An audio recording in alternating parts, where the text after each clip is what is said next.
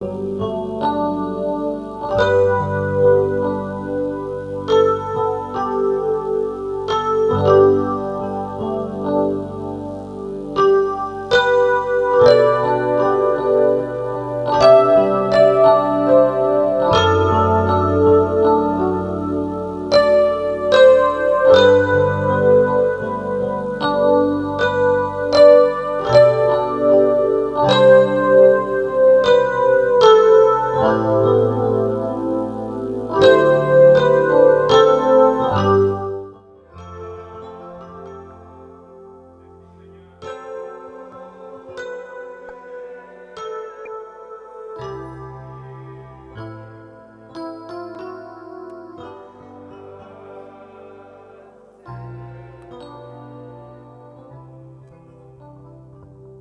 le Seigneur bénisse. Bwana mibariki. Nous vous saluons tous ce soir au nom de Jésus-Christ. Tunamlamkia wote magharibi mjina la Yesu Kristo. Je crois que nous sommes venus pour croire la parole. Naamini ya kwamba tunakuwa ndio kuamini neno. Amen. Amen. Tout ce que nous devons faire, c'est de croire. Yote tunaweza kufanya ni kuamini tu. En ce temps-là, tout ce qu'ils devaient faire, c'est de regarder et de vivre. Mwile wakati kile waliweza kufanya ni kuangalia na kuishi. Ils devaient regarder le serpent d'airain qui était suspendu au milieu du camp. Waliweza kuangalia nyoka wa shaba mwenyewe balimweka mkambi. Perche. Yule ya muti. Et il devait conserver la vie. Na baliweza kuchunga uzima. Mais ce soir, ce que Dieu nous demande, c'est tout simplement de croire. Hii magharibi kote Mungu anatuomba ni kuamini tu. Vous n'avez pas développé les biceps charnels. Hawezi kutumia nguvu ya kinadamu. Mais ne crains point, crois seulement. Ushongope kitu, amini tu. Même si tu as besoin d'un miracle, crois seulement. Hata ukitafute muujiza, amini tu. Tu as besoin de la vie éternelle, de la nouvelle naissance, crois seulement. Utafuta uzima wa milele na kuzaliwa dipya, amini tu. Si tu as besoin de la guérison, crois seulement. Utafute matunzo, amini tu. Tu as besoin d'une bénédiction spéciale, crois seulement. Utafute ubarikiwe kwa kipekee, wewe amini tu. Amen. Que le Seigneur vous bénisse. Bwana mibariki. Nous allons tenir debout. Et nous Tutasimama allons ouvrir wima. directement nos Bibles dans le livre de Jean, chapitre 3. Tunafungula mara moja Biblia yetu kitabu cha Yohana sura ya 3. Nous allons parler à l'auteur du livre avant de lire sa parole. Mbele ya kusoma tuambie mwenyewe kitabu maneno. Notre Père Céleste, nous te rendons grâce ce soir parce que tu nous as encore conservé la vie. Nous n'avons pas mérité ceci, mais c'est ta grâce au Seigneur. Et nous prions ce soir que tu distribues encore le pain de vie à chacun de nous. Tu as dit que celui qui a soif, qu'il vienne. Que celui qui a faim, qu'il vienne. Qu'il prenne les eaux de vie gratuitement, sans argent, sans rien payer. Nous sommes venus à la grande source, à la grande fontaine de la vie. Laisse que, Père, cette vie nous soit transmise et qu'à la fin de cette réunion, Seigneur, nos cœurs soient transportés dans les lieux célestes en Christ où nous pouvons avoir le courage pour continuer la marche. Si quelqu'un est venu avec un fardeau, qu'il le dépose au pied de la croix. Seigneur, écarte-moi simplement et que tu utilises ma bouche, oh Dieu, pour proclamer tes oracles. Tu connais ce dont tes enfants ont besoin. Moi, je ne sais pas cela. Mais toi, le grand berger de la bergerie, tu vas donner la nourriture appropriée, Seigneur. La nourriture spirituelle au temps convenable. Fais-le, Seigneur, pour ta gloire. Pendant ce temps où le monde est en train de chanceler, le monde est agité d'un côté à l'autre. Seigneur, nous voulons nous ancrer, avoir notre ancre derrière le voile où nous pouvons être en sécurité. Fais-le, Seigneur, pour ta gloire et brise le pain et distribue-le à chacun de nous selon son besoin. Au nom de Jésus-Christ. Amen. Amen. Alors nous commençons à partir du verset 3 pour gagner du temps et nous allons nous arrêter au verset 16. Tuanzia mstari ya 3 kufika kwa ile ya 16. Jean chapitre 3. Vous êtes prêts? Mko tayari? Jésus lui répondit, en vérité, je te le dis, si un homme n'est né de nouveau, il ne peut voir le royaume de Dieu. Nicodème lui répondit, lui dit, comment un homme peut-il naître quand il est vieux? Peut-il rentrer dans le sein de sa mère et naître?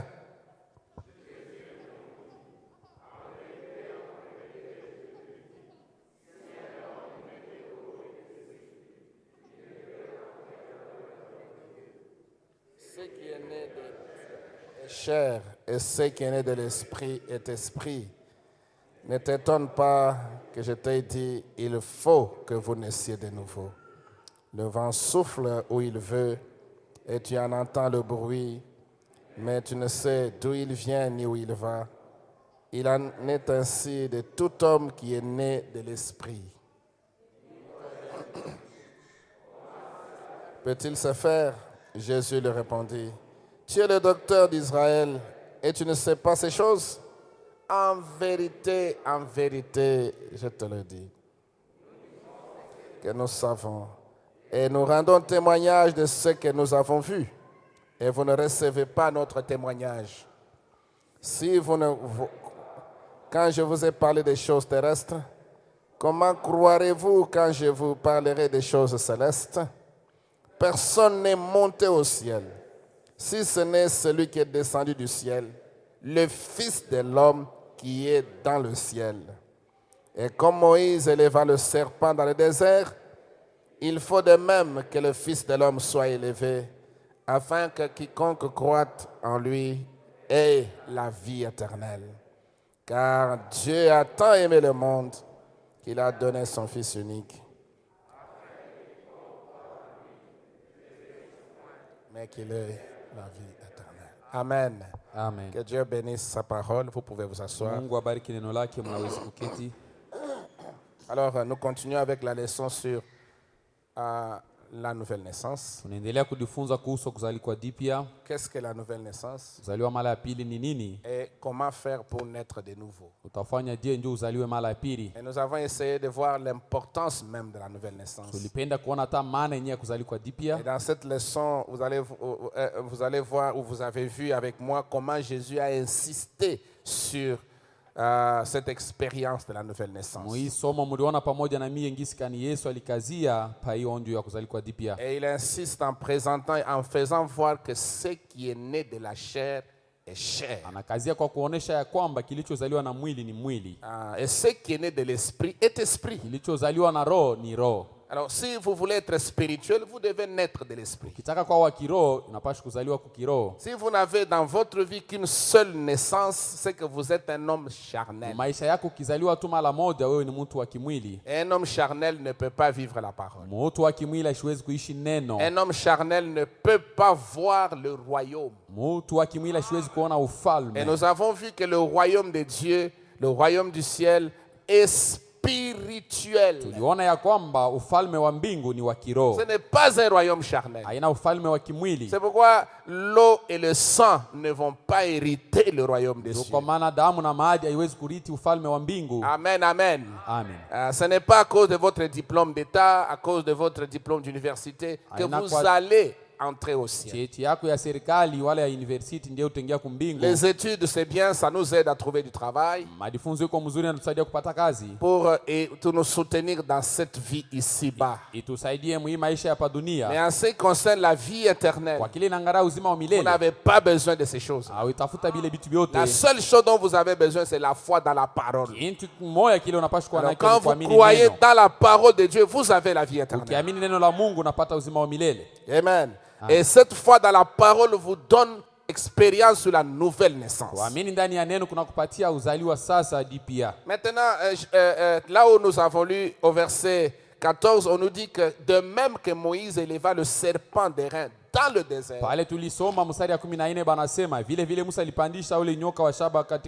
il faut que le Fils de l'homme soit aussi élevé, afin que quiconque croit en lui, qu'il ait la vie éternelle.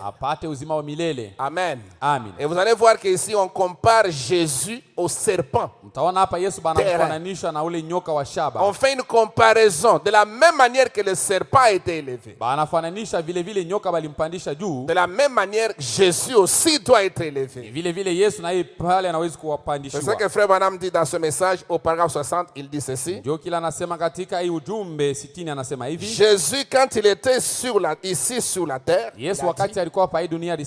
en parlant à Nicodème, il a dit, comme Moïse éleva le serpent d'airain dans le désert.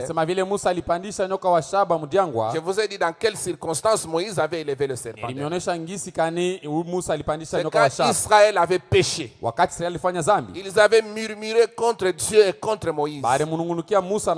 Et Dieu a envoyé un jugement sur Israël.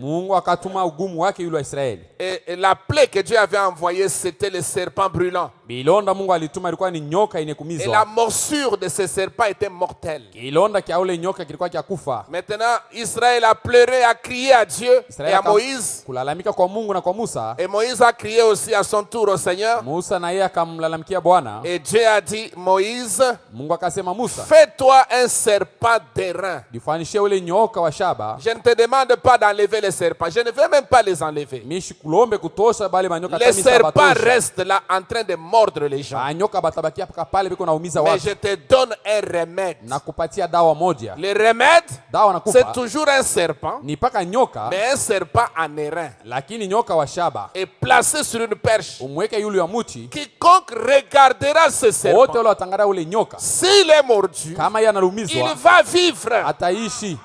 C'est tout ce qu'il fallait faire. Ndio kile anapaswa kufanya. Non pas raisonner, Hapana kufikiri, non pas imaginer. hapana kuwazawaza. On ne vous demandait pas d'aller faire le tour de l'église 7 fois ou je ne sais pas quoi, Abakuombe uzungule kanisa mara 7, hapana. ou aller faire les jeûnes de 40 jours à la montagne. Au kufunga chakula masiku Mais tout ce 40 que kumulima. Dieu exigeait, Kyote kile Mungu alikuwa c'était de anaomba regarder ni kuangalia tu et de vivre. kisha kuishi. Amen. Amen. Regarder le serpent des reins et de vivre. Kuangalia tu nyoka wa shaba na kuishi. Maintenant, frère Branham dit ceci. Ndugu Branham anasema hivi, Comme Moïse éleva le serpent des reins dans le désert, vile Musa alipandisha nyoka wa il shaba faut de mchangani, même que le Fils de l'homme soit élevé. inapaswa vile vile mwana wa mtu apandishiwe. Il faut de même. Inapaswa vile vile. Pourquoi? Juu ya nini? De la même manière, Namna moja moja, pour la même chose, juu ya kintu moya moya, dans le même but, mukuzio kimoya tu, pour faire le même travail. juu ya kufanya kazi moya moya. C'est-à-dire que si tu es malade, Kama wewe ni mgonjwa, que ce soit la maladie maladie naturelle, je sais pas, non, iwe pas tu naturelle, malaria ya mkimwili dans ya la kweli, chair, dans la chair, ya ndani ya mwili, ou la maladie spirituelle, hata ala ya kiroho, le remède est le même. dawa ni paka moya moya. Regarde le Fils de l'homme Angalia mwana wa mtu et vis. na uishi.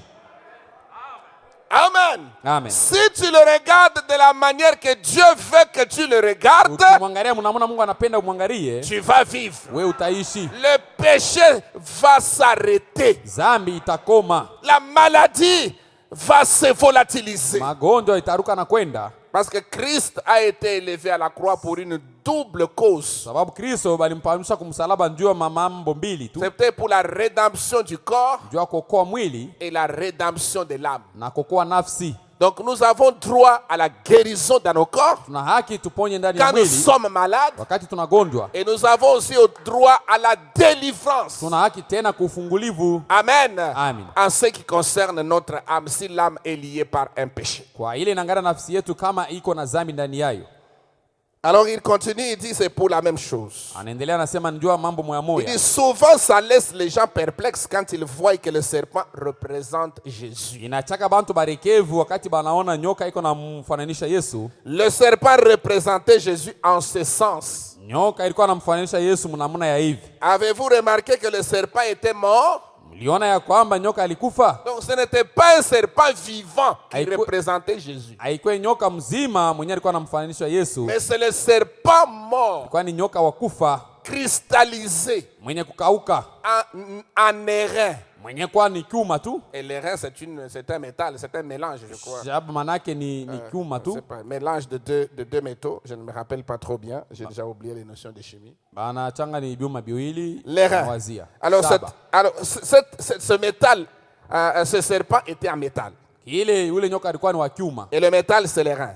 Ni ule chuma ni wa shaba bana. Alors, il dit, Anasema il n'y avait pas de vie en lui. ndani yake amkukwe uzima. Jésus est mort. Yesu mwenye kufa Comme Caïn quand il a tué Abel. sawa Kaina wakati alimuua Abeli. Abel était mort sur l'autel avec son sacrifice. Abeli alikufa kwa madhabahu na sadaka yake pamoja. Après qu'Abel a offert son sacrifice, Kisha Abel kutoa ile sadaka yake, il a immolé son sacrifice pour son péché. alichinja sadaka Là, yake ndio ya dhambi il est pale. mort sur le même autel Alikufa pale pa madhabahu moya moya avec son sacrifice. pamoja na sadaka yake. Amen. Amen. Abel est allé offrir un sacrifice à Dieu. Abel alienda kumtolea Mungu Et sadaka. Dieu a agréé son sacrifice. Mungu akakubali matoleo Et yake. cela a suscité la jalousie à son frère. Ikamusha En son wivu frère. kwa ndugu Et yake. son frère l'a tué. Ndugu yake akamuua. Abel est mort près de son sacrifice. Abel akakufa karibu na Il est matoleo yake. mort avec son sacrifice. Alikufa pamoja na matoleo Maintenant, yake. frère Branham dit ceci. Ndipo mama anasema hivi. Pour naître de Bila nouveau, kuzalikwa jipya, il vous faut mourir sur l'autel inapaswa mkufe kumazabau avec votre sacrifice. pamoja na matoleo yako. Amen. Amen. Et notre sacrifice aujourd'hui, Matoleo yetu leo c'est le Seigneur ni Jésus-Christ. Bwana Yesu Kristo. Nous devons nous identifier dans sa mort, Tunapaswa kujitambulisha mkufa kwake, dans son ensevelissement wakati anazikwa et dans sa na wakati résurrection. anafufuka. Amen, amen. Amen. Donc, pour naître de nouveau, Juu ya kuzaliwa jipya, il vous faut mourir inapaswa mkufe sur l'autel avec votre sacrifice. kwa mazabau na sadaka yako. Être aussi mort que lui l'était. Kufa sawa vile yeye alikufa. Alors vous naissez de nouveau. Pale mnazaliwa mara ya pili. Ce serpent n'avait pas de vie en lui. Ule nyoka siku yake na uzima ndani yake. Alors vous ne pouvez pas naître si vous n'êtes pas prêt à mourir d'abord. Hawezi kuzaliwa kama una tayari kufa kwanja. Amen, amen. Amen. Avant qu'une semence ne puisse germer, Mbele mbeko ipate kuchipuka, si elle est plantée dans le sol, kama wanayotesha la mbulongo, semence doit accepter d'abord de mourir. mbeko ikubali kwanza kufa. Mourir, pas seulement mourir, Haina paka kufa, et même pourrir totalement. hata kuoza wote mzima. C'est alors qu'une nouvelle vie peut jaillir au sein de Ndio pale sasa uzima mpya itaanzia ndani ya ule mbeko, cette semence, ndani ya ile mbeko, avec un nouveau corps, pamoja na mwili mpya avec une nouvelle vie, na maisha mpya avec une nouvelle nature. na tabia ingine mpya. Et vous dites, Mnasema, pourquoi était-il des reins? jua nini ilikuwa ya shaba? Les reins représentent le jugement, Shaba ni mfano ya ugumu, le jugement divin. ugumu ya Mungu. Amen. Amen. Amen. Amen. Quand vous faites des choses mauvaises, Wakati unafanya vitu vibaya, vous péchez, vous ne payez pas vos dîmes, Dieu envoie un ciel d'airain dans votre vie. unafanya zambi aulipe chekumi, Mungu anatuma mbingu ya shaba maisha yako. Et tout ce que vous faites ne marche pas. Yote unafanya bitembei. Et vous passez par une période sombre. Unapitisha mwakati ya giza. C'est quoi? Ni nini? Le ciel d'airain. Mbingu yenye kuwa ya Et shaba. l'airain, c'est quoi? Shaba ni Le nini? jugement divin. Ugumu ya Mungu. Amen. Amen. Amen. Amen. Alors, frère Branham dit, Ndugu Branham anasema, avez-vous remarqué que dans la Bible, mnaona ya kwamba ndani ya dans Biblia, l'Ancien Testament, mwakano la kale, l'autel où l'on brûlait le sacrifice était fait d'airain. mazabau yenyewe walikuwa wanachomea sadaka ilikuwa ni ya shaba. L'airain représente le jugement divin. Shaba ni mfano ya ugumu ya jugement. Mungu. Comme Élie à son époque, Sawa elimu wakati yake, qui est allé observer le ciel, les cieux, pour voir si après sa prière, la pluie venait. alienda kuangalia mbingu ya kusema kisha maombi yake eti mvula itanyesha. Et qui a dit, le ciel est comme de l'airain. Akasema mbingu iko sawa shaba. Amen. Amen. Qu'est-ce que c'était? Ilikuwa ni nini? Le jugement divin sur un peuple d'incrédules. Hukumu ya Mungu yule ya taifa ya kutokuamini. Un peuple incrédule, Taifa ya kutokuamini, Dieu réplique en envoyant un ciel d'airain. Mungu anabarudisha kubatumia mbingu ya shaba.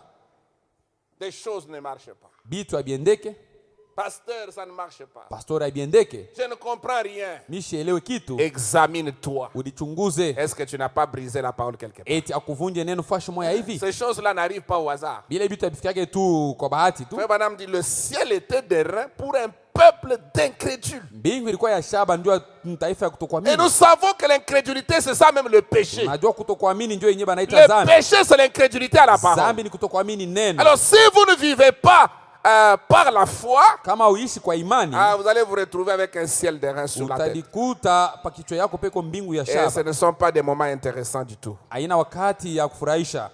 Amen. Une nation d'incrédules qui avait abandonné Dieu. Taifa ya kutokuamini ilimwacha Mungu, C'était le jugement divin. ilikuwa ni hukumu ya Mungu D'airain. ya shaba. Et le serpent lui-même, son aspect représentait le péché déjà jugé. Nyoka yenyewe alikuwa anaonesha tu hali yake ilikuwa ni zambi yenye kuhukumiwa. Car le serpent a été jugé dans le jardin d'Éden. Nyoka alihukumiwa mshamba la Edeni. Il était le serpent jugé. Alikuwa ni nyoka mwenye kuhukumiwa. Donc un serpent d'airain, Nyoka wa shaba ça symbolise le péché jugé. Ni mfano ya zambi isha kukumiwa. Parce que l'airain, c'est le jugement. Shaba manake ni ugumu. Et le serpent, c'était le symbole du péché. Nyoka ni mfano ya zambi. Maintenant, un serpent d'airain Nyoka wa shaba symbolisait le péché déjà jugé. ni mfano ya zambi isha Et le kukumiwa. péché a déjà été jugé dans le jardin d'Éden. Zambi ilikumiwa mbustani la Edeni. Amen, amen. Amen. Vous savez que le serpent marchait. Najua nyoka alikuwa anatembea. Après avoir commis le péché avec Ève, Kisha kufanya zambi pamoja na Hawa, Dieu est descendu, il a maudit le serpent. Mungu anashuka na kumulani nyoka. Et depuis ce temps-là, le serpent a commencé à ramper. Tangu ile wakati nyoka anaanza La kutambaa chini. malédiction était sur lui Laana ilikuwa yulu yake à cause du péché. kwa ajili ya zambi.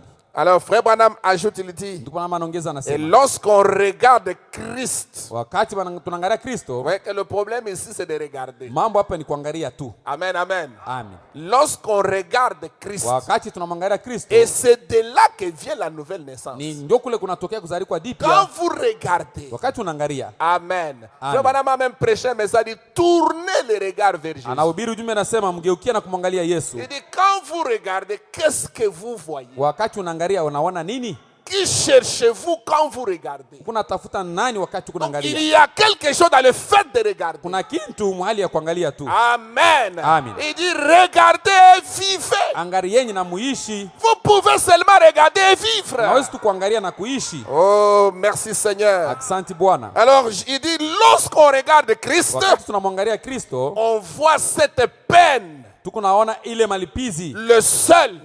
peke yake, Non, non, Anna Malipizi. La peine, donc la souffrance. mateso. Ah. Lorsqu'on voit cette peine, Wakati tunaangalia ile mateso le seul, peke yake, Dieu lui-même, Mungu peke yake fait chair. mwenye kuvala mwili.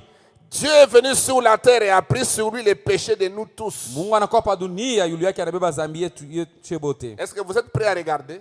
Muko karibu kuangalia? Est-ce que vous regardez le tableau que je suis en train de vous dépeindre? Unaangalia kibao kenyewe unamiandikia? Il y a un secret derrière ce tableau-là. Kuko siri nyuma ya kibao. Si vous le regardez de la bonne manière, Ukiangalia mahali ya mzuri, oh, vous n'allez pas rester les mêmes. hautabakia ule ule. Quelque chose va se passer dans votre Kitu moja cœur. kitafanyika ndani ya moyo wako. Il dit, Anasema Dieu lui-même Mungu peke yake fait chair. mwenye kuvala mwili. Dieu est venu sur la terre Mungu anakuwa pa dunia, et il a pris sur lui les péchés de nous tous, yule yake akabeba dhambi yetu she bote, y compris tes péchés, na dhambi yako y compris les miens, na dhambi yangu, y compris les péchés de ma sœur. dhambi ya dada yangu. Est-ce que vous dites Amen? Mnasema amina? Les péchés de nous tous. Dhambi ya she bote. Et le jugement et la colère du Dieu Tout-Puissant se sont déversés sur son corps. Hukumu na kasirani ya Mungu wa uwezo wote ikamwanga yule wa mwili yake. Et là, son corps a été déchiré à la croix. Pale mwili yake ikapasuliwa kumsalaba. Voilà le vrai jugement. Tazama hukumu ya bya kweli. Le jugement est tombé sur lui. Hukumu inaanguka juu yake. Le serpent d'airain. Nyoka wa shaba. Donc Jésus est notre serpent Kumbe d'airain. Yesu ni nyoka wetu wa shaba. Parce que le jugement de Dieu est tombé sur lui. Hukumu ya Mungu inaanguka yulu yake.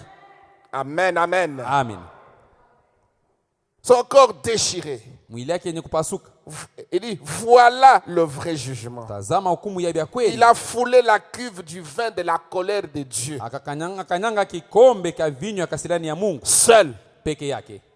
Seul, il a parcouru ce chemin. Peke yake akatembea mwinjia. Seul, Peke yake il est mort. alikufa Sans le secours d'un ange. bila msaada hata ya malaika moya. Est-ce que l'église dit Amen? Kanisa inasema amina. Frère, il n'était pas accompagné de quelqu'un. Abakumsindikize kwa mtu wala kumsaidia. Seul, Peke yake sans le secours d'un ange. bila msaada hata ya malaika moya. Amen. Amen. Amen. Amen. Sans le secours d'un ange. Bila msaada hata ya malaika moya. D'un homme. Ya mtu hata moya. De son église. Hata ya kanisa Vous yake. savez que même les disciples avaient pris fuite. Najua hata wanafunzi walikimbia. De sa mère. Hata mama yake. De ses frères. Hata banduku yake. De son père. Hata baba yake. Même son père l'avait abandonné. Hata baba yake alimwacha tu.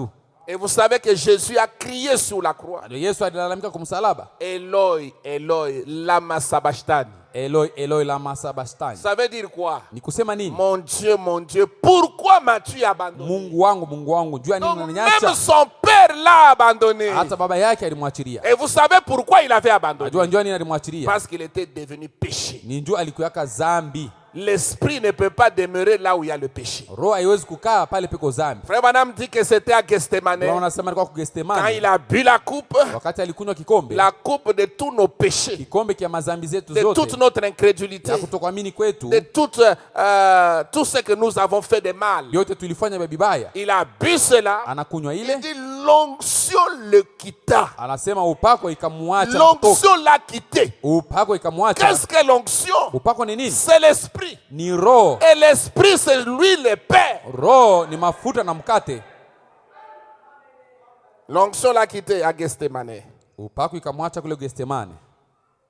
Amen.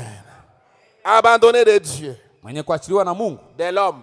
Ya watu. Et de la nature. Hata hii maumbile. Il est mort seul. Alikufa peke yake. Pour nous montrer que même la nature ne peut pas nous porter secours à l'heure de la mort. Ndio kutuonesha kwamba hata hii maumbile haiwezi kutusaidia wakati ya kufa. Mais le jour de la mort tu iras seul. Siku ya kufa utenda peke yake. Même la nature ne peut pas te porter secours. Hata hii maumbile haitakusaidia. Le soleil va t'abandonner. Jua itakuacha. Les étoiles, rien du tout ne peut t'aider. Nyota kila hakuna kitu Même kitakusaidia. tes amis vont s'éloigner. Hata barafiki yako batachofa mbali. Mais tu as un seul ami. Uko na rafiki mmoja tu. Il ne peut jamais t'abandonner. Mwenye hasiwezi kukuacha. Il t'aidera même à traverser la rivière. Atakusaidia utambuke Et mtoni. son nom c'est le Seigneur Jésus-Christ. Jina lake ni Bwana Yesu Et Kristo. lui, il est ton compagnon de tous les jours. Yeye ni rafiki yako wa kila siku. Même là où tu es assis, il est avec Hata toi. pale usakuikale kwa nawe pamoja. Il n'est pas à côté de toi, Asina kumpembeni yako. mais il est en toi. Eko ni ndani yako. Alléluia. Amen. Il est avec toi partout. Eko na wewe fuasi Et yote. c'est lui l'ami fidèle Yeye ndio rafiki mwaminifu. qui ne peut jamais t'abandonner. Mwenye hasiwezi Et son kukuacha. nom c'est le Seigneur Jésus-Christ. Jina lake ni Bwana Yesu Et Kristo. il est la parole. Yeye ni neno. Mangez la parole. Kuleni La neno. parole ne vous abandonnera Neno jamais. haitamiachaka kamwe. La parole vous amènera partout. Neno itakupeleka fuasi yote. Même dans la gloire. Hata ndani ya utukufu. Oh, vous dites amen à cela? Mnasema amina kwa hiyo. Merci Seigneur. Asante Bwana. C'est la vérité. Ni kweli kamili. Abandonné de tout. Mwenye kuachiliwa na wote. Abandonné de Dieu, de l'homme, de la nature. Mungu, watu hata maumbile. C'est pourquoi même s'il peut arriver que pour un petit problème, les hommes t'abandonnent. Pourquoi tu dois t'en faire? Hata mambo kidogo inakufikia bantu banakuachia. Njua nini utangaika? Oh, dans ce problème, personne n'est venu me voir. Mwi mambo kuna mtu alikuwa kuniona. Non, ça ce n'est pas un problème. Ila ina mambo. Il faut te rassurer si Jésus est avec toi. Uwe na hakikisho ya kwamba kama Yesu yuko na wewe Parce pamoja. que si lui est avec toi, Kama yeye yuko na wewe, non, lui c'est la majorité. yeye ndio batu ba mingi. Il est plus que la majorité. Anashindia hata batu ba Parce que mingi. quand il est avec toi, il te console. Wakati yuko na wewe pamoja anakufariji. Quand il est avec toi, il t'encourage. Kama yuko na wewe anakutia Quand il est udhara. avec toi, il te Wakati fortifie. yuko na wewe anakutia nguvu. Mais l'homme peut être là, mais quand il part, il te critique. Mtu anaweza kuya pale wakati anaenda anakushimanga. Il parle à mal de toi. Anakusemea bibaya. Parce que les hommes sont changeants. Bahatu banabadilika. C'est la vérité, n'est-ce pas? Ni kweli. Il est mort seul. Alikufa peke yake. Il dit pour nous montrer que même la nature ne peut pas nous porter secours Kutuonesha à kwamba l'heure de hata la mort. maumbile haitatusaidia wakati ya kufa. Il ajoute, Anaongeza. il n'y a pas d'amis, Hakuna rafiki, pas de prêtres, hata waskofu, pas de papes, hata wapapa, pas de pasteurs. hata wapastori. Est-ce que vous dites amen? Mamina. C'est la mort. Ni lufu. Et il y a quelqu'un qui s'est chargé de cela pour nous. Kuko ule alibeba ile kazi juu yetu. Amen. Amen. Il s'est chargé de cela pour nous. Akaditwika ile juu yetu. Il n'y avait pas de vie dans ce serpent. Ndani ya ule nyoka mkwe Il uzima. était complètement cristallisé. Alikuwa sasa kukauka wote. Le serpent était en airain, il n'y avait même pas de l'eau à l'intérieur. Nyoka alikuwa washaba ndani na mkuu hata maji. Complètement sec, cristallisé. Mwenye kukauka wote. C'était ça la peine. Ndio ile ilikuwa mateso. Il est mort Alikufa à tel point que la terre a eu honte d'elle-même. hata kusema blongo ilimshikilia haya. Je vous ai dit de regarder, n'est-ce pas? Nilimwambia mwangalie. Vous êtes en train de regarder ce tableau? Munaangalia kibao vile kiko. Qu'est-ce que ça fait dans votre cœur là? Inafanya nini ndani ya moyo wako? Amen. Amen. Il dit la terre a même eu honte Dunia ikasikia haya d'elle-même. yeye mwenyewe tu. Il est mort Alikufa. à tel point que les étoiles ont eu honte. Hakusema hata nyota ikasikia haya. Il a souffert Aliteswa. à tel point que le soleil a refusé de briller. Hakusema hata jua ikakatala kuangaza. Il a souffert à tel point que la lune a éteint ses lumières. Ce jour-là, depuis la 6e jusqu'à la 9e, il y a eu des ténèbres sur toute la surface de la terre. Tango ile saa sita hata ile magharibi hakukuwa tena mwangaza ni giza. Dans ces ténèbres là, mwile giza, pas de soleil, hamuna jua, pas de lune, hakuna mwangaza, pas d'étoiles, hakuna hata nyota. Vous vous imaginez quel genre de ténèbres? Mnawaza ni giza ya jie. C'était une obscurité totale. Kwa ni giza mweusi sana. Non, c'est la nature qui ne voulait pas supporter ce spectacle. Maumbile haikuvumilia ile mambo. Mais est-ce que la nature avait péché? Maumbile ilifanya dhambi? Pourquoi lui, le créateur, devait souffrir comme cela? Jua nini yeye mumbaji aliweza kuteswa sawa vile? Qu'est-ce que lui l'avait fait? Yeye mwenyewe alifanya nini? Rien. Hakuna kila alifanya. Mais il a pris sur lui akabeba yulu yake l'iniquité de nous tous. Ofu ya shebote. Il a porté sur lui akabeba yulu yake nos péchés. Mazambi zetu. Merci Seigneur. Amen, amen. Amen. Il a porté sur lui akachukua yulu yake maofu ya shebote. La Bible dit dans Ésaïe 53. Biblia inasema kitabu cha Isaya 53. Il fut brisé, non blessé à cause de nos péchés. Aliumizwa kwa ajili ya dhambi zetu. Brisé. Alivundika à cause de nos iniquités. Kwa ajili ya maofu yetu. Et le châtiment qui nous donne la paix malipizi yenye kutupatia amani est tombé sur lui. Ilianguka juu yake. Et c'est par ses meurtrissures kupitia bilonda byake que nous avons été guéris. Shiye tunatunziwa. Quand vous allez lire Ésaïe 53, wakati tunaenda kusoma kitabu cha Isaya 53, c'est un tableau déchirant. Ni kipao kenye kukonga sana kinapasuka. C'est un tableau qui peut vous faire pleurer. Kibao kile kinaweza kufanya machozi ivuie. Mais frère Branham dit, Ndugu Branham anasema, c'est cela qui a produit le chef-d'œuvre. Ndio ile leta kazi kamilifu. De ce tableau-là déchirant est sorti un chef-d'œuvre. Mule ndani mnatoka kazi kamilifu. Et Dieu l'a tellement souverainement élevé. Mungu alimupandisha juu sana. Au point que maintenant, na kusema leo hapa Jésus, Yesu, il doit regarder en bas pour voir les cieux. Anaweza kuangalia chini ndio apate kuona mbingu. Et il porte le nom le plus élevé de tous les noms. Anabeba jina yenye kuwa juu ya majina yote. De sorte que quand on cite le nom de Jésus, kusema wakati unataja jina ya Yesu, même les démons tremblent. Hata mampepo inatetemeka. Même les diables tombent sur son fauteuil. Hata shetani anaanguka pa kiti yake. Alors vous comprenez Unaelewa que le chemin vers l'élévation, njia kunyanyuliwa, c'est l'humiliation. Ni kujishushia. Quand vous êtes humilié, wakati unashushwa, ne pleurez pas. Hapana kulia. Ne vous en faites pas. Hapana kuhangaika. On ouvre devant vous le chemin vers la gloire. Njia kwenda kwa utukufu. Parce que monter c'est descendre. Ni kupanda manake ni kushuka. Ou descendre c'est ça monter. Ndio ile banaita kupanda.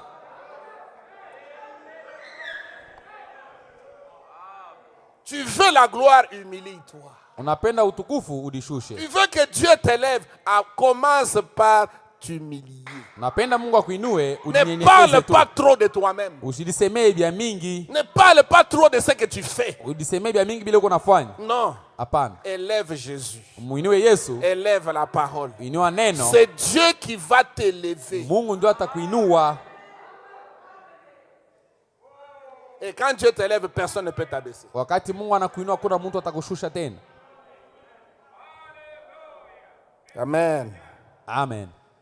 Il a souffert à tel point que même les éléments de la terre sont devenus complètement noirs et obscurs. Aliteswa ya kwamba hata bikadi vya dunia binakuwa bieushi. Il faisait nuit noire. Ilikuwa naleta giza mweushi. Nuit noire. Donc c'est comme une tautologie, mais c'est une aggravation. Iko saba anasema mambo mo mara mbili lakini ni kunenesha bunene bwa mambo. La nuit est déjà noire. Usiku busha kwa ni bweushi. Maintenant si on doit ajouter encore noir. Kama banaongeza kutena bweushi kwingine. Donc c'est que tu peux même tenir ta main devant toi, tu ne la vois pas. Ni kusema unaweza kuweka mkono mbele yako hautaiona. Une obscurité palpable. Bweushi bule unaweza kubugusa hivi. Donc tu touches l'obscurité avec les mains. Unagusa bule bweushi na mikono. Il n'y avait plus rien. Personne n'a jamais souffert de la sorte. Est-ce que vous dites amen? Personne n'a jamais souffert de la sorte.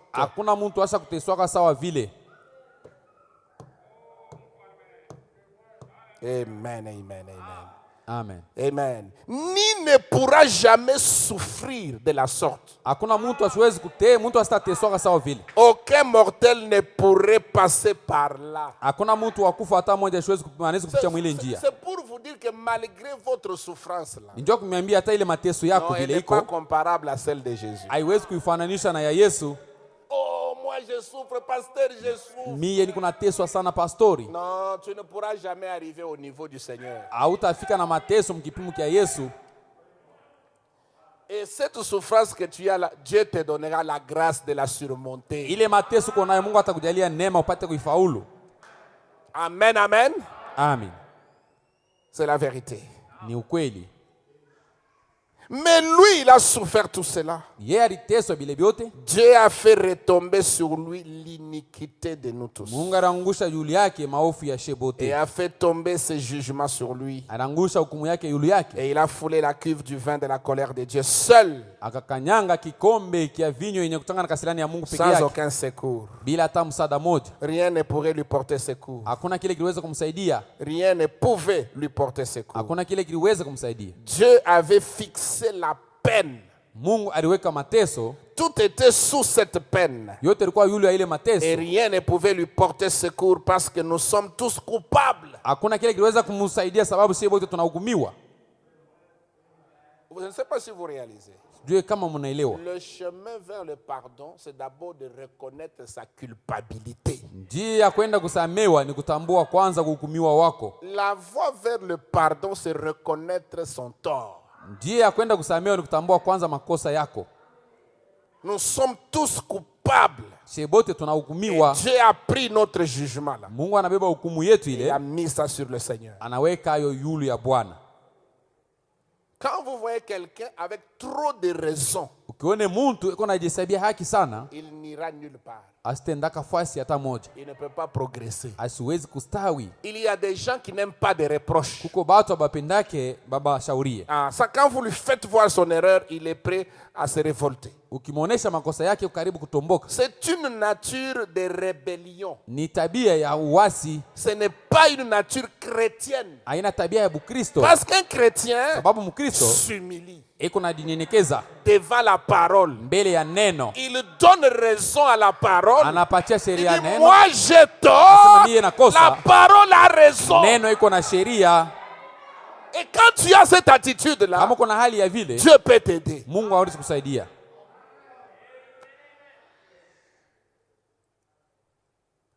Amen. Amen. Amen. Amen. C'est vrai. Ni kweli. Il dit aucun souverain sacrificateur n'aurait pu venir lui porter secours. Hakuna hata mkoani mwari hawezi kwa kumsaidia.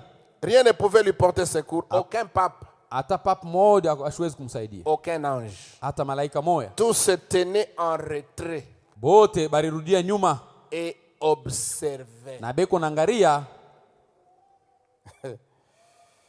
Ils observaient cela. Balikuwa nangaria ile. Même les disciples. Hata wanafunzi. Même sa propre mère. Hata mama yake mzazi binafsi. Tout le monde s'est tenu en retrait. Watu wote walirudia ni nyuma. Et ils observaient la scène. Beko nangaria mambo vile iko. Jusqu'à ce qu'il a poussé les cris. Na kufika pale analalamika. D'abord, le soleil s'est caché. Kwa kwanza jua ikafuchama, inarudia nyuma. Les ténèbres ont frappé. Giza inakuya. Et Jésus a poussé un grand cri. Yesu anatoa lalamiko kubwa. Et il a rendu l'esprit. Akakufa sasa. Et il y a eu un grand tremblement de terre. Uko utetemeko kubwa ya bulongo. Il a secoué même les sépulcres. Inatengesha hata makaburi. Les tombeaux se sont ouverts. Makaburi inafunguka. Amen. Amen. Et plusieurs corps de saints qui étaient morts ont ressuscité. Mamili ya mingi ya watakatifu balikufa bakafufuka. Dites-moi qui est déjà mort comme ça? Unyambia nani ulasha kufaka mambo ya hivi inafanyika mwenyewe mnajua? Personne n'est jamais mort comme ça. Hakuna mtu asa kufaka sawa hivi. Ça montre que c'était le créateur. Inaonyesha ya kwamba alikuwa ni muumbaji qui mourait. Mwenye alikuwa anakufa à votre place. Pafashi yako. Il ne mourait pas pour lui-même. Asikuwa anakufa juu yake mwenyewe. Il mourait à cause de vous. Kufa kwa ajili yenu. À votre place. Pafashi yenu. Tout Tous se tenaient en retrait et observaient ça. wote balirudia nyuma na kuangalia ile mambo. Les moments les plus importants de l'histoire de ce monde. Wakati ya maana kabisa ya hadithi ya hii dunia. Ce jour-là, c'est le calvaire. Ile siku yule wa Kalvari. Vous vous rappelez une fois quand j'ai prêché j'ai prêché à Rouge-Gorge, hein, Nakumbuka wakati sur nilihubiri ku Rouge le Gorge. calvaire. Yule wa Kalvari. Mais j'ai rattaché ça avec la nouvelle naissance. Nikalamatisha ile na kuzaliwa dipya. Qui se rappelle? Banani banakumbuka? Parce que le calvaire produit la nouvelle naissance. Kalvari kunatoka kuzaliwa dipya. Et aujourd'hui, Frère Branham nous parle de la nouvelle naissance en évoquant le calvaire. Leo tunatuambia kuzaliwa dipya kwa kutaya kwa Kalvari. Parce que c'est le calvaire qui amène la nouvelle naissance. Ni Kalvari yenye kuleta kuzaliwa Qui dipya. touche l'âme. Inagusa nafsi. Qui enlève la méchanceté dans l'âme. Inatosa bubaya ndani. Qui enlève l'incrédulité dans l'âme. Inatosa kutokuamini ndani ya nafsi. Qui enlève le tempérament colérique. Inatosa kasirani. Qui adoucit le tempérament. Inapolesha hali ya mtu. C'est le tableau de déchirement extrême Ni kibao ka unapasurika wote de notre Seigneur Jésus-Christ. ya Bwana wetu Yesu Kristo. Lui le juste pour les injustes. Yeye mtu haki ndio abakutokuwa na haki. Il est devenu moi Anakuya mimi un pécheur mtenda zambi pour que je devienne lui la justice de Dieu. ili nipate kuwa yeye haki ya Mungu. Il est devenu toi Alikuya wewe pour que tu lui transmettes ta nature hivi wewe umwambukizie tabia et yako, que lui prenne la sienne abebe yake et le mette en toi. atie ndani yako. Et au calvaire, il y a eu ce changement. Kukalveri kulikuwa kubadilisha ile Il y a eu matabia, ce transfert kwa là. kuambukiziana ile Il a matabia. pris notre nature pécheresse Anabeba tabia yetu ya et zambi, il nous a transféré sa nature juste. anatuambukizia yake ya haki, Et nous sommes devenus des fils de Dieu. tunakuwa sasa wana wa Mungu. Quand tu visites le calvaire, Wakati unatembelea tu Kalvari, ne peux pas rester le même. hawezi kubakia paka ule ule. Le problème, c'est que beaucoup de gens n'ont jamais visité le calvaire. Mahambo ni batu bamingi bo bado kwenda Kalvari. Amen, amen. Amen. Beaucoup de gens sont sortis du monde. Batu bamingi banatoka mdunia, Ils se sont assis là et on leur a dit, non, tu es sauvé. baonekala mpale banabambia sisha Tu ne kukolewa. peux pas être sauvé sans visiter le calvaire. Hawezi kukolewa kama yaenda ku Kalvari. Et quand tu passes par le calvaire, ta nature change. Ukipitia ku Kalvari tabia yako inabadilika. Le calvaire amène le brisement. Kalvari inaleta kuvunjika. Le calvaire amène la repentance. Kalvari inaleta kutubu. Le calvaire amène un regret sincère. Kalvari inaleta kuna huzunika Le sana. calvaire amène la mort. Kalvari inaleta lufu. La mort en soi-même. Unakufa ndani yako. Alléluia! Amen. Même les pensées meurent. Hata mawazo Les inakufa. mauvaises pensées meurent. Mawazo mubaya Et inakufa, tu reçois de nouvelles pensées. unapokea mawazo Et la mupya. Bible dit que la pensée de Christ Biblia soit en inasema vous. mawazo ya Kristo ipate kwa ndani yenu. Il y a un transfert Huko kuambukiziana, de mauvaises pensées contre. Je change mes pensées contre ces pensées. nabadilisha mawazo yangu kuyake. Et quand vous avez la pensée de Christ, Wakati uko na mawazo ya Kristo, la pensée de Christ produit la parole de Christ. mawazo ya Kristo inatoa neno ya Kristo. Parce qu'une parole est une pensée exprimée. Sababu neno ni mawazo inaonekana waziwazi. Tu parles comme Jésus. Unasema sawa Yesu, Tu agis comme Jésus. unatenda sawa Yesu, Tu vis comme lui. unaishi sawa yeye. La méchanceté là que tu as vis-à-vis de tes frères, ça part. Makari ile uko nayo kwa ajili ya banduki yako inaenda. La méchanceté que tu as vis-à-vis de ta femme, ça disparaît. Makari uko nayo mbele ya mke wako inapotelelea. Les mauvais cœurs. Parce que nous avons vu Roho le dimanche, mubaya. nous Tuliona avons vu Jumapili. le dimanche que nous sommes mauvais, Tuliona Jumapili ya kwamba tuko babaya ne fût-ce que par notre naissance. kutoka tukuzalikwa kwetu. Il dit l'esprit, l'âme et le corps Roho, nafsi na mwili sont contaminés. vyote biko vyenye kuharibika. Qui se souvient de ça? Nani anakumbuka ile? Vous ne faites pas un effort pour faire le mal. Wafanye nguvu ndio kufanya bibaya. Le mal est attaché à notre nature. Ubaya ni bwenye kulamata kutabia yetu. L'arrogance, Kiburi, même les mensonges ici. hata bongo ubu. Il y a des enfants qui mentent sans même réfléchir. Kuko watoto beko na landa bila hata kufikiri. On te pose la question. Qui a fait ça? Ce n'est pas moi. Wanakuuliza Alors mambo que c'est nani toi anafanya qui aina as nini? fait. Ile japokuwa ni wewe ndio ulifanya. Qui te donne cette force-là de mentir? Nani anakupatia ile nguvu ya useme C'est la bongo? nature. Ni tabia yako. Pour arrêter ça, il faut une promenade au calvaire. Juu ya hivi bisimame inapaswa kupitia kwa Kalvari. Il faut un voyage vers le calvaire. Inapaswa kusafiri kwenda Kalvari. Passer par le calvaire Kupitia kwa Kalvari et ressentir l'agonie du calvaire. kusikia sasa butungu bwa ku Kalvari. Passer par le calvaire Kupitia kwa Kalvari et mourir avec votre agneau. unakufa pamoja na mwana kondoo wako. Vous mourrez en même temps que votre sacrifice. Unakufa pamoja na matoleo yako. Abel est mort avec son sacrifice. Abel alikufa pamoja na matoleo yake. Moi aussi, Mie je pia meurs avec mon sacrifice. nakufa na sadaka Quand yangu. Christ mourait, je Wakati mourais Kristo avec alikuwa lui. nakufa, nilikuwa nakufa naye. J'étais mort avec Christ. Nilikufa pamoja na Kristo. Quand il était au jardin d'Éden, de Gethsemane, Kule ku et qu'il Gethsemane. priait là, Nilikuwa naomba j'ai pale. prié avec lui. Nilikuwa naomba naye. Frère Branham dit, Ndugu Branham anasema, j'étais en lui. nilikuwa ndani yake. C'est ça l'identification. Ndio ile kujitambulisha. Quand on les flagellait, Wakati balikuwa na j'étais en lui. nilikuwa ndani yake. J'ai senti les coups. Nilisikia ile mapiko. Quand on l'a crucifié, Wakati banamsulubisha, j'étais crucifié avec lui. nilisulubishwa pamoja Quand naye. il est mort, Wakati alikufa, je suis mort avec lui. nilikufa naye pamoja.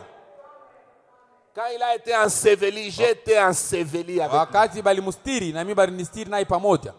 Et Frère Branham dit, Ndugu Branham anasema, vivant, il m'a aimé. wakati aliisha alinipenda. Mourant, il m'a sauvé. Mwenye kufa akanyokoa, Enseveli, Mwenye kustiri. il a emporté mes péchés au loin. akapeleka dhambi yangu mbali. Alléluia. Amen. Ressuscitant, Alifufuka. il m'a justifié pour toujours. Akanihesabia haki ndio Un alote. jour, Siku moja il hivi reviendra. atakuyaka. Oh, quel jour glorieux. Ni siku gani ya utukufu? L'identification. Kujitambulisha.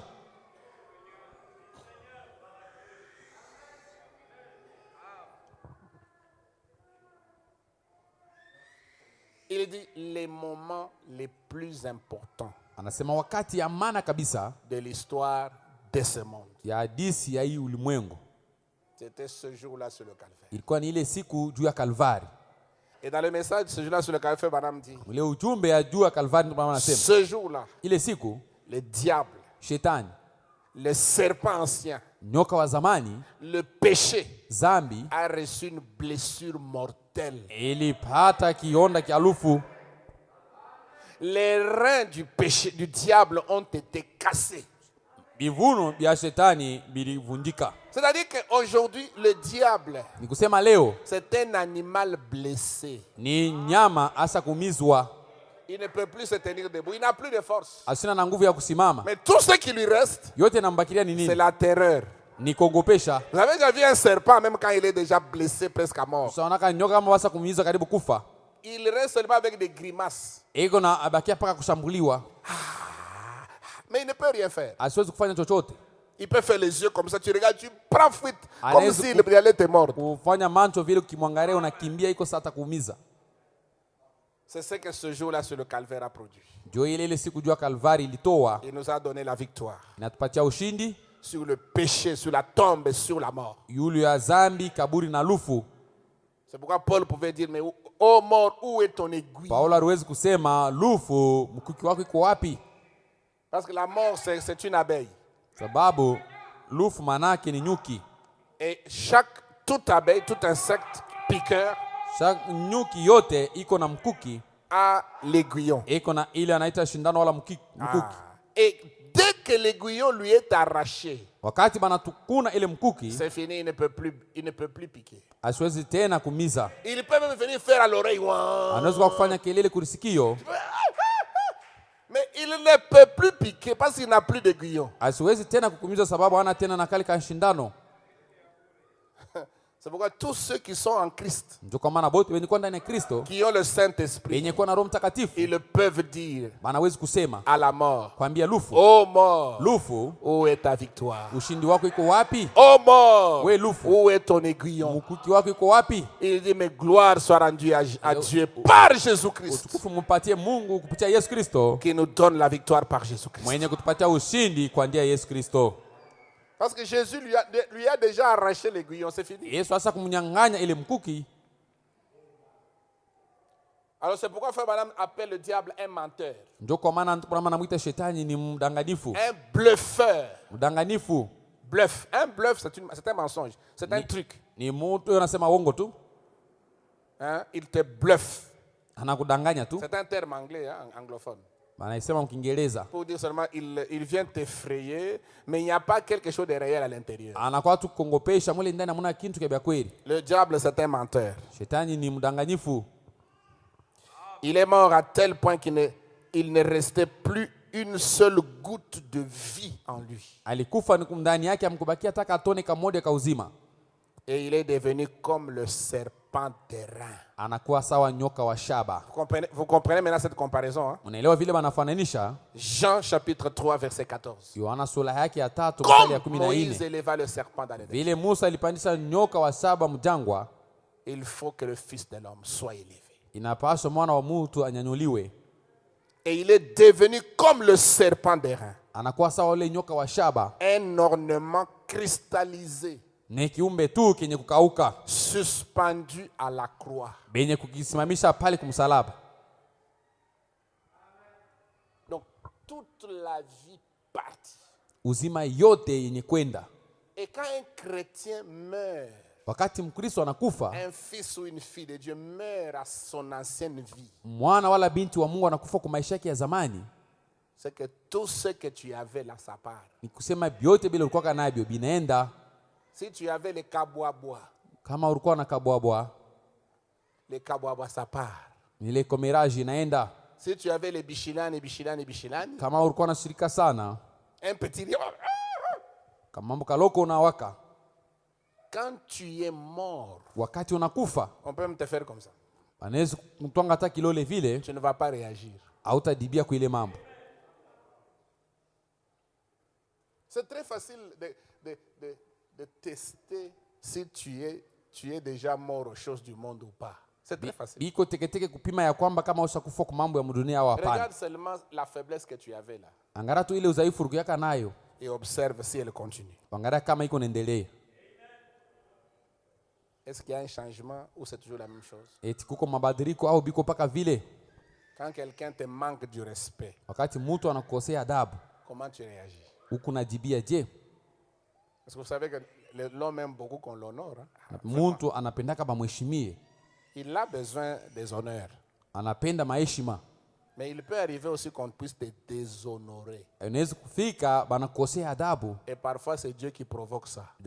saa zingine ni Mungu ndio anachokoza bile. Vous imaginez un peu, tout un roi, le roi David, Mkenyi tu mfalme mzima Daudi rejeté banamkatala par son propre peuple. kupitia taifa yake mwenyewe. Son fils a pris sa place. Mwana wake anabeba ufashi yake, Pendant qu'il fuit wakati konaenda la rébellion de son fils, uasi ya mtoto wake, un estropié ule kishete moja hivi vient, il voit David passer avec ses hommes avec lui.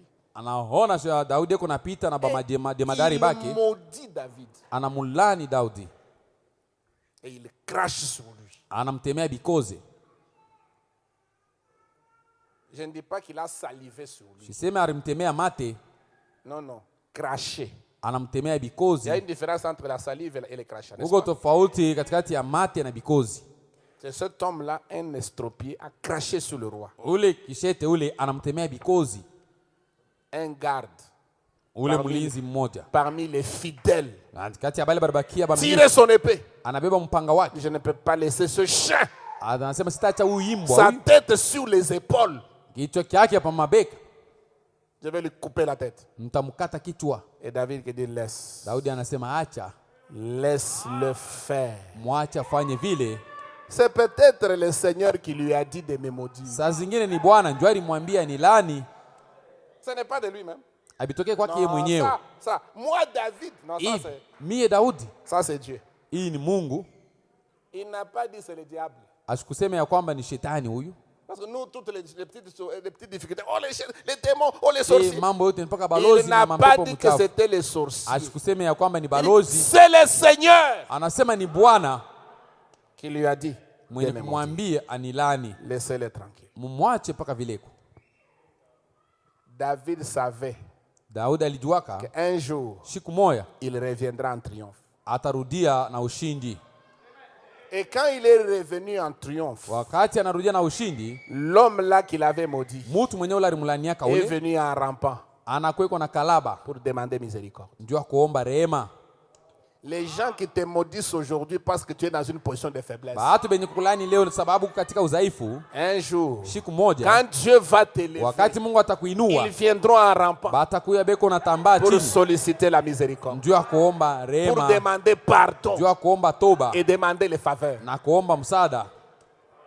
Ne vous en faites pas. Mshihangaike, Ne pleurez même pas. hapana kulia, Ne regrettez même pas. usihuzunike, Au contraire, kwa kinyume glorifiez le Seigneur. mtukuze Bwana. C'est une saison. Ni wakati tu, Et vous savez que les saisons changent. unajua nyakati kunabadilika. Il n'y a pas longtemps, il faisait très froid ici. Hapo à ya kawia Lubumbashi. tulikuwa na baridi hapa Lubumbashi. Maintenant, vous voyez que la saison a changé. Ukiangalia manyakati Maintenant, il yanabadilika. fait chaud. Hapa sasa ni joto. Alléluia. Amen. Aujourd'hui, c'est une saison. Leo ni wakati na yo. Peut-être des crises pour Saa toi. zingine ya ukosefu njuu yako. Peut-être des difficultés Saa pour zingine ya toi. magumu njuu yako. Mais un jour, Siku moja la hivi, saison va changer. manyakati tabadilika. Et les gens qui te maudissent Watu benye aujourd'hui, kukulani leo ils reviendront en demandant miséricorde, batakuyaka kwako kuomba rehema, en sollicitant de l'aide. kuomba kwa msaada. Et puis, hapana kubasema, ubakaburie. Ne dites pas des choses, il faut leur donner. Vous me critiquez. Allez voir seulement les gens là qui vous Tu causent leur avec. donnes les choses. Ubapatie mabitu. C'est ça l'esprit de Christ. Ndio ile roho ya Kristo. Ne rendez pas le mal pour le mal. Hapana kurudisha bibaya kwa bibaya bingine. Rendez le bien pour le mal.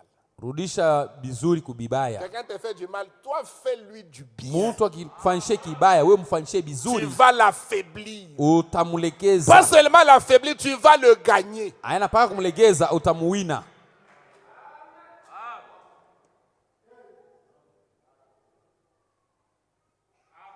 La nouvelle naissance. Kuzaliwa mara ya pili. Vous êtes là? Eti mko hapo? Bien assis. Benye kuikala mzuri? Mais je ne vais pas vous garder longtemps. Sipende kumchunga muda mrefu. Je peux parler encore même 15 minutes. Naweza kusema tena hata dakika 15 Et puis nous allons prier. kisha tutaomba. Amen. Amen. Cette comparaison-là Huku kufananishwa huku entre le serpent des reins de Moïse katikati ya nyoka wa shaba wa Musa et la croix, na msalaba c'est un très grand mystère. ni siri mo kubwa. Et c'est à travers cela que vient la nouvelle naissance. Kupitia ile ndio kule kuzaliwa jipya kuna kuia. Il dit ceci, 64. Anasema hivi, Maintenant, pour atteindre cette naissance, ndio kufika mkule kuzaliwa jipya, il y a une façon de l'atteindre. kuko njia moja kufika kule. Et pour ce faire, Ndio kufanya imambo. pour atteindre cette naissance, Ndio kufika kuzaliwa vous jipya, devez passer par un processus. unapaswa kupitia munjia moja hivi. Je crois que c'était ça la citation du jour d'hier.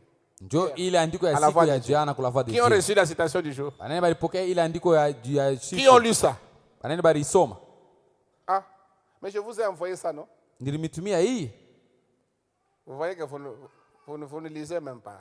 Naona ya kwamba musome Vous tena. êtes préoccupé seulement par l'argent. Ni paka fedha njoo inambeba muda wote. L'argent. Makuta. Ou bien vous vous êtes déjà déconnecté, hein? Vous n'avez plus de connexion. Au amujichomeke tena, mwangalie tena. Un processus. Njia ya kufuata. La nouvelle naissance, c'est un processus. Kuzaliwa mara ya pili ni njia unafuata. Même la naissance dans le naturel, c'est aussi un processus. Hata kuzaliwa mkimwili ni njia moja inafanyika. C'est la vérité, non? Si ni kweli? Amen. Exactement comme tous ceux qui vivent. Vile vile saa bote bale beko naishi. Écoutez. Musikie. Tous ceux qui revivent. Bale bote beko naishi mali ingine. Doit d'abord mourir. Banapaswa kwanza kufa. Première chose, vous voulez la nouvelle naissance. Kintu kia kwanza unataka kuzaliwa dipya. La mort est obligatoire. Kufa ni kwa mapashwa. Et la mort vient par la repentance. Kufa kuna kuia kutoba wala kutubu. Tu es touché par la parole. Unagusiwa na neno. Tu pleures sur tes péchés. Unalia yulu ya zambi zako. Tu implores la miséricorde. Unadai rema ya Mungu. Tu dois sentir le dégoût du péché. Unapaswa kuchukia zambi.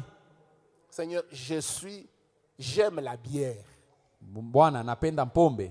Je ne vois pas ce que je gagne en buvant. Mishone kenyewe mimi napata wakati ninakunywa mpombe. Au contraire, c'est l'argent qui part. Kwa kinyume niko natumia ni fedha. Je m'enivre un tout petit peu pour effacer un peu mes soucis. Ni kuna kwa mlevi kidogo njuu masumbuko yangu yende. Et j'ai un peu la force, je parle, j'anime les gens, tout Niko ça. na nguvu kidogo, mimi nasema kanya mabitu bantu banacheka. Et après, Kisha yake quand l'ivrognerie part, wakati bulevi bunaenda, les soucis reviennent. masumbuko inarudia tena. Qu'est-ce que j'ai gagné? Sasa napata nini?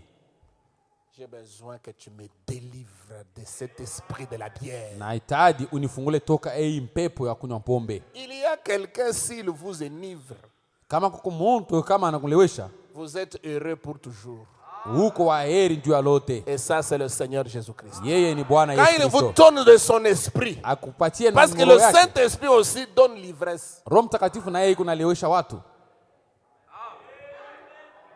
Tu peux devenir ivre à cause du Saint-Esprit. Unaweza kuwa mlevi kwa ajili ya Roho Mtakatifu.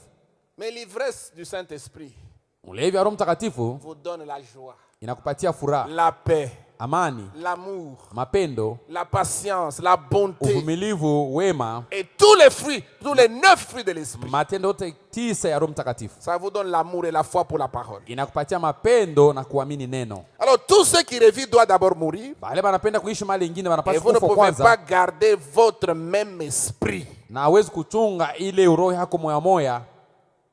Vous ne pouvez pas faire quoi? Amwezi kufanya nini?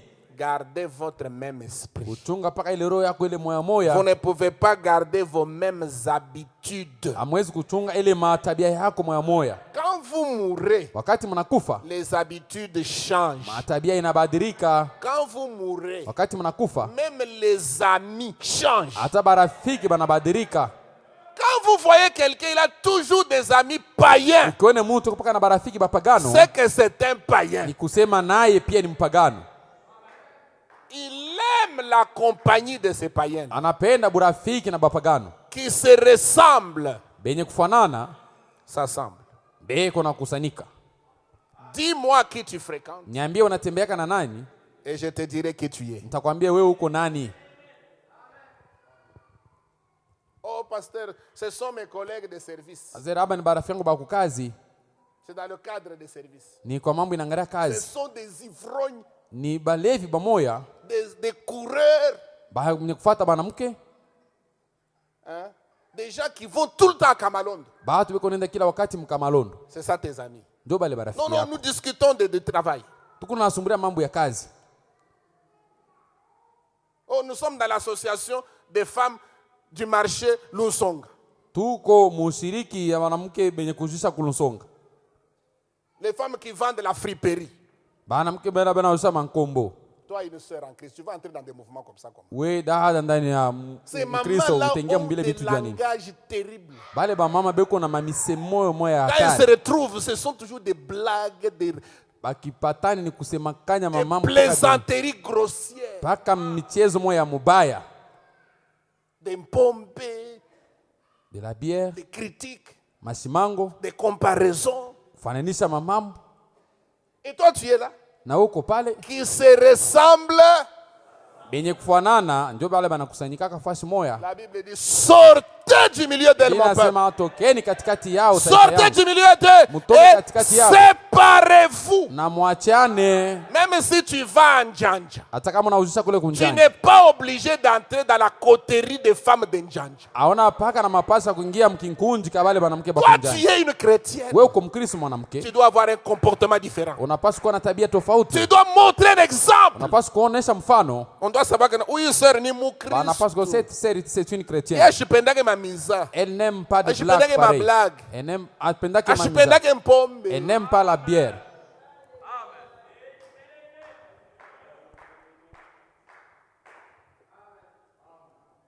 Toutes vos associations, là, vos clubs, vos mutualités, vos ceci, Ile vos cela. bimankunji bia ni bile biote Oh bile. non, nous sommes dans un groupe de Kinkurimba. Tuko mkinkunji moya ya Marisurma. Et puis après, on a toqué mon macho. Kisha tu sors là-bas en pleurant. Pasteur, quand on est arrivé à mon tour, le Kinkurimba s'est terminé. Pasteur, quand ils sont arrivés seulement pour me donner les ressources, c'est terminé. Quand seulement avant mon tour, les gens ont commencé à voyager. Oh, je suis parti à Likasi. Paka banafika pa kunyekea bantu banaanza kusafiri aba nenda Or, moi, Likasi. j'ai déjà donné presque si c'est combien de têtes. Na mie nisha kuwekea batu bichwa kama ni bingapi. Pour vous souffrir pourquoi? Les Kinkurimba, c'est ton argent. Ile kinkurimba kile ni makuta yako. C'est ton argent. Si ni makuta Que yako. tu peux seulement ouvrir un compte, tu commences à verser là. Unaweza kufungula tu paka Tu konto. n'as pas besoin d'un groupe de gens. Haitaji paka kinkundi Vous, ya vous bantu. pensez qu'on vous donne de l'argent. On ne vous donne pas. C'est votre argent qu'on vous ressource. Wewe kunaona saa banakuwekea makuta ya bantu, hapana, ni paka ile yako banakurudishia. Est-ce que c'est faux? Ni bya bongo. Mais ouvre un compte. Fungula tu compte. Kama upende kwenda ku bank, wenda hata kunani kutujengi. Si tu ne veux pas aller à la banque, tu peux aller même à Tujengi. Wenda hata ku Codeco. Aller même chez Codeco. C'est ça, Cadeco. Cadeco. Codeco. Codeco, c'est... Codeco, c'est l'histoire là de les Maïmaï. Donc le mouvement rebelle qui est à... Codeco. Non, je parle de Cadeco. Cadeza. Nasemea Tu ouvres un compte Cadeco. là-bas. Si c'est chaque semaine, tu vas déposer. fungula compte kule, kama ni kila juma unaenda kuweka makuta kule. À la fin de quelques mois, tu vas récupérer ton argent. Mwisho ya miezi chache unaenda kubeba makuta yako Sans que les mots de... Sans mots de tête. bila kulumisha kichwa. Oh, Kinkurimba. Tu vois, Kinkurimba. Nous sommes dans un restore. Kinkurimba, il y a tout. Kinkurimba kia bintu kani. Et puis les Kinkurimba avec des païens. Isha ile kinkurimba pamoja na bapagano. Avec des païens. Pamoja na bapagano. Il y a même des gens qui ont de l'argent, des fétiches. Ils sont toujours dans ces Kinkurimba. Bengine makuta yao ni ya madawa, beku paka ndani ya kile kinkurimba.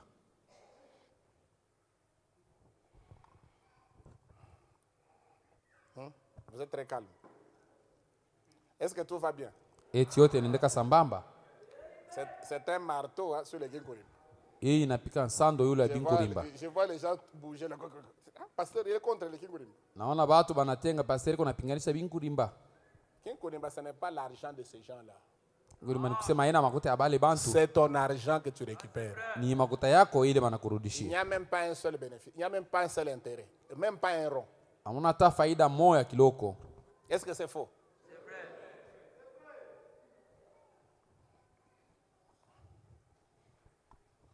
Seulement parce que tu n'es pas un bon gestionnaire. Ni kusema wao yo kuchunga makuta bien, tu gaspilles ton argent. Le même argent, tu peux commencer à mettre ça de côté. Ile makuta unaweza paka unaweka tu kumpembeni eti oublie ça. Et puis après, on a foutu là. Isha yake tu 200 ouvres 000, là-bas et tu vois déjà tu as 200 000. 1 million. 1 million. Et tu fais une affaire. Unafanya sasa kazi moja hivi. Tu épargnes. Tu manges un peu, puis tu épargnes. Tu manges un peu, tu épargnes. Unakuwa kidogo, unaekesha tena kidogo. Amen. Amen. Exactement comme tous ceux qui vivent. Sawa sawa vile bote biko Il naishi. dit, vous ne pouvez pas garder vos mêmes habitudes. Hamwezi kuchunga ile matabia yenu Vous ne moya pouvez moya. pas garder vos mêmes pensées. Hamwezi kuchunga ile mawazo yako moya moya. Mêmes pensées. Mawazo moya moya. Examinez vos pensées. Vous avez quel genre de pensées? Chunguza mawazo yako na mawazo ya je. Sœur, examine tes pensées. Dada, chunguza mawazo yako. Tu as toujours des pensées. Ukipaka na mawazo moya hivi. Mawazo ya mubaya. Toujours des mauvaises pensées. Et quand tu dors, tu vois des mauvais songes. Ce Wakati sont les unalala, pensées. unalota bintu bibaya, ni mawazo yako. Prends les pensées de Christ. Beba mawazo ya Kristo, La parole. neno. Tu vas commencer à dormir, tu rêves, tu es à l'église, on prêche, tu jubiles. Utaanza kulota huko kanisa banahubiri na unafurahi. Tu rêves, tu es à l'église. Huko nalota huko kanisa. Tu rêves, tu es avec les pasteurs et les frères en train de voyager, puis après, vous commencez à monter au ciel. Unaanza kulota huko pamoja na pastori na banduku, mko nasafiri kisha mnaanza kupanda mnaenda kumbingu. Mais toi, quand toi tu rêves, Wakati wewe unalotaka, il y a toujours des chiens qui te poursuivent. ni paka bayimbwa ndio biko na kwandami. Des chiens. Bayimbwa. Et puis après, on veut Kisha même... yake banapenda Un hata chien veut kukubamba. te mordre et puis tu te réveilles. Yimbwa anapenda kukumiza, ndio wewe unashituka sasa. Ah, j'ai échappé belle. Mais on t'a mordu. On t'a mordu. Nakimbia ule yimbwa, me anakuluma sana kuluma. Vous voyez un peu? Unaona? Mauvaise pensée. Mawazo ya mubaya. Et les mauvaises pensées persistent. Mawazo ya mubaya iko paka pale haitoki. Il y a un problème de nouvelle naissance. Kuko mambo ya kutokuzali kwa jipya. quand tu vois les mauvaises pensées persister, il y a un problème. Ukione mawazo mubaya yo iko paka pala itoke. Si une pensée vient et puis après tu utilises la parole et tu chasses, elle part. C'est que tu es dans le bon. Mawazo inakuya unatumikisha neno inaenda wewe ni Parce que Mkristo. frère Branham dit le champ de bataille c'est la pensée. Wanasema fuasi ya Bukomvi ni mawazo. Le diable amène une mauvaise pensée. Shetani analeta mawazo ya mubaya. Tu prends la parole, Unabeba neno, tu lui largues unamuonesha et il prend fuite. anakimbia. Et tu as de bonnes pensées. Huko na mawazo ya mzuri. Là tu es un vrai soldat. Pale wewe ni msaskari wa kweli. Tu as toujours avec des mauvaises pensées. Tu as des pensées à kubeba kisu kutonga muntu. Mawazo ya kubeba kisu kutwanga muntu. Non, tu es meurtrier. Wewe ni muuaji. Peut-être que tu es sorcier. Saa zingine uko mulozi. Faut t'examiner. Inapaswa ulichunguze. Tu as des pensées de faire kubeba katoto wako kaweka mu moto. Mawazo, tu vois comme si tu peux prendre ton fils et le mettre dans le feu. Comment toi, une maman ou un papa, tu veux prendre ton fils, tu mets dans le feu? Itafanyika je wewe mama mzazi wala baba ubebe mtoto wako mweke mmoto? Vous voyez comment? Unaona vile biko? Les pensées. Mawazo. Dans la nouvelle naissance, on touche à toutes ces choses. Kuzariko ajipya biko nagusa hii mabintu vyote. Les habitudes, Matabia, les pensées. mawazo. Amen. Amen. Même l'esprit Hata roho doit changer. inapaswa kubadilika. Quand les pensées changent, même l'habillement change. Wakati mawazo inabadilika hata mvuario inabadilika. Il y a des jeunes sœurs ici qui s'habillent très très mal. Badada babijana beko na voila mubaya sana. Tu m'as mini jupe donc fille hapa. Que mimi zip tellement courte. Des jeunes filles de 16 ans, 17 ans, 18 ans. Beko na miaka 16, Ou des habits serrés. Mango ya kulamata Et mwili. puis tu amènes ça à l'église. Kisha unakuwa na aibu Tu mkanisa. as quelle pensée? Uko na mawazo gani? Tu viens séduire les frères? Unakuwa kutongoza banduku? Tu ne les auras pas. Hautabaweza. Ici il y a des enfants de Dieu. Hapa peko batoto ya On Mungu. ne va même pas te regarder. Sie benya tutakuangalia hata kuangalia.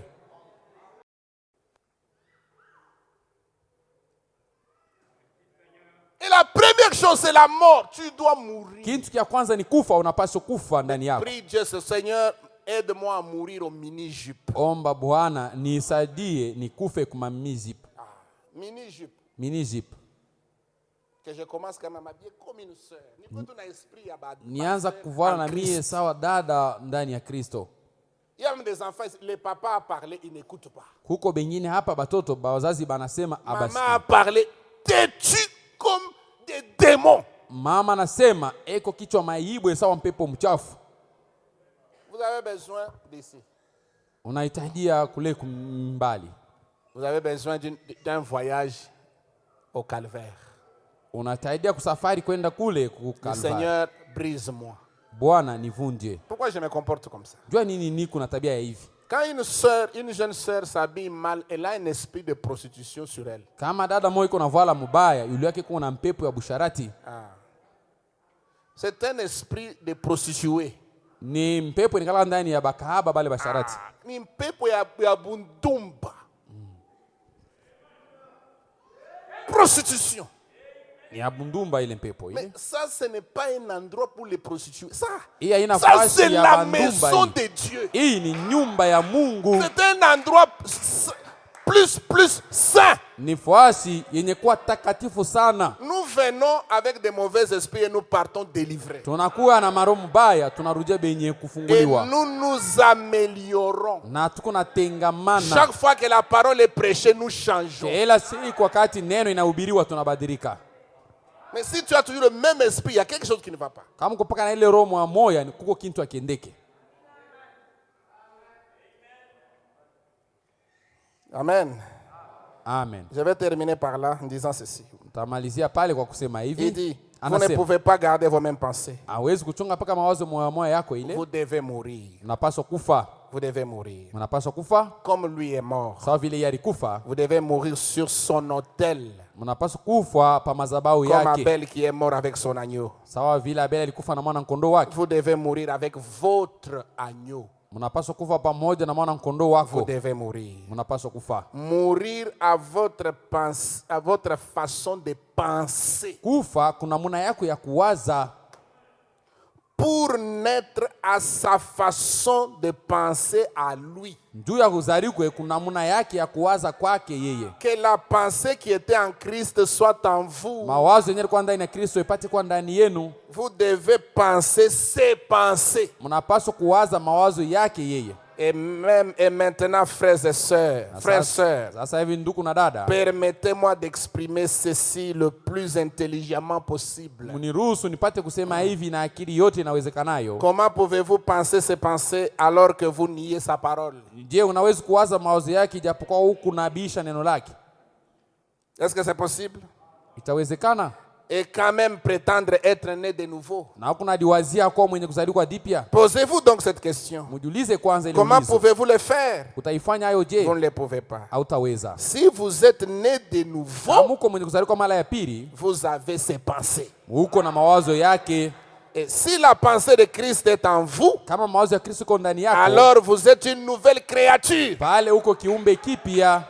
La Bible l'enseigne et si un frère le désire, eh bien, vous trouverez ce mot créature. Biblia inaifundisha kama ndugu mwana itaka utapata hii msemo kiumbe. Cherchez ce mot créature dans le lexique, et vous découvrirez que le mot créature est interprété Mutakuta kwamba hii msemo kiumbe beko na itafsiri ou traduit par une nouvelle création. Bana isema kwamba ni kiumbe kipya. En effet, vous êtes une création, un être humain né d'un désir sexuel. Uko kiumbe kenye kuzaliwa kinatoka kuzaliwa kwa sur la kimwili terre. pa dunia. Et maintenant, Na sasa vous êtes une nouvelle création. Uko kiumbe kipya Né de l'esprit. kenye kuzaliwa kwa roho. Vos propres pensées sont mortes. Mawazo yako binafsi inakufa. Elles sont tellement mortes qu'elles sont en cristal. Inakufa na inakauka. Tout comme le serpent d'airain. Sawa vile nyoka wa shaba. Et tout comme lui quand il est mort. Sawa vile yeye wakati alikufa. Que les cieux, la terre et tout ont attesté qu'il était mort. Na mbingu na dunia yote ikakisha ya kwamba ni mwenye kufa. Vos pensées doivent mourir. Mawazo yenu yanapaswa kufa. Les pensées des supporters de Mazembe doivent mourir. Ile mawazo ya bale ba supporter ba Mazembe yanapaswa kufa. Les pensées des supporters de Lupopo doivent mourir. Mawazo ya bale ba fanatique ba Lupopo banapaswa kufa. Toutes les choses du monde doivent mourir en vous. Bitu yote wa dunia binapaswa kufa ndani yenu. Alors Dieu prendra le dessus. Pale Mungu atamitawala. Parce que vous êtes une nouvelle créature. Sababu wewe ni kiumbe kipya. Et alors vous pouvez servir le Seigneur. Pale unaweza kumtumikia Bwana. Et vous pouvez comprendre le royaume de Dieu. Unaweza kuelewa ufalme wa Mungu. Nous allons tenir debout. Tutasimama bwima.